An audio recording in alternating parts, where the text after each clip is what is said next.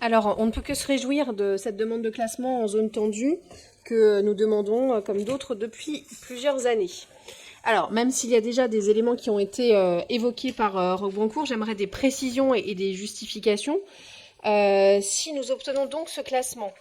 a priori, il est déjà statué que nous n'allons pas aller sur la surtaxation du taux de la taxe d'habitation sur les résidences secondaires comme le permet la loi. Pourtant, cela permettrait à la fois de mieux faire contribuer au financement de nos services publics les propriétaires de résidences secondaires, qui généralement ne font pas partie des Français les plus modestes et qui en ont les moyens, et à la fois de mieux réguler le marché de l'immobilier en les incitant à louer leurs résidences secondaires. À titre d'exemple encore, pour se comparer, Nantes, Saint-Nazaire, c'est plus difficile, c'est une ville bien plus touristique encore que la nôtre, Nice, Marseille, Lyon, Paris sont passés ou passeront en 2023 à une surtaxe de 60%, ce qui leur apporte plusieurs millions d'euros en plus par an.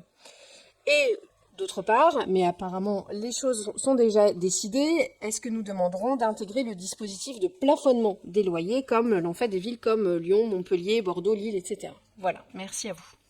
Madame Schweitzer, je réponds très très clairement à vos questions. D'abord, je rappelle que pour un territoire qui est classé en zone tendue, la question qui est de savoir si il y a une mise en œuvre de la taxation sur les résidences secondaires ou s'il y a une mise en œuvre d'un plafonnement de l'encadrement des loyers, eh bien, ça relève ensuite de chaque commune.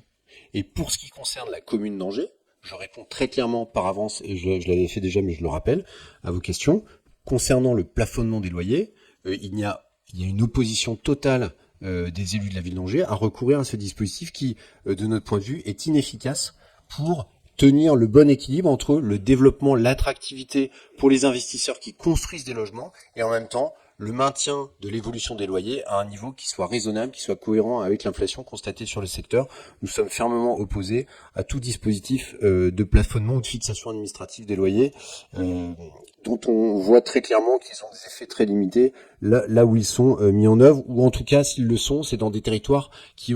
connaissent des situations très éloignées de celles que peut connaître le territoire angevin, fort heureusement.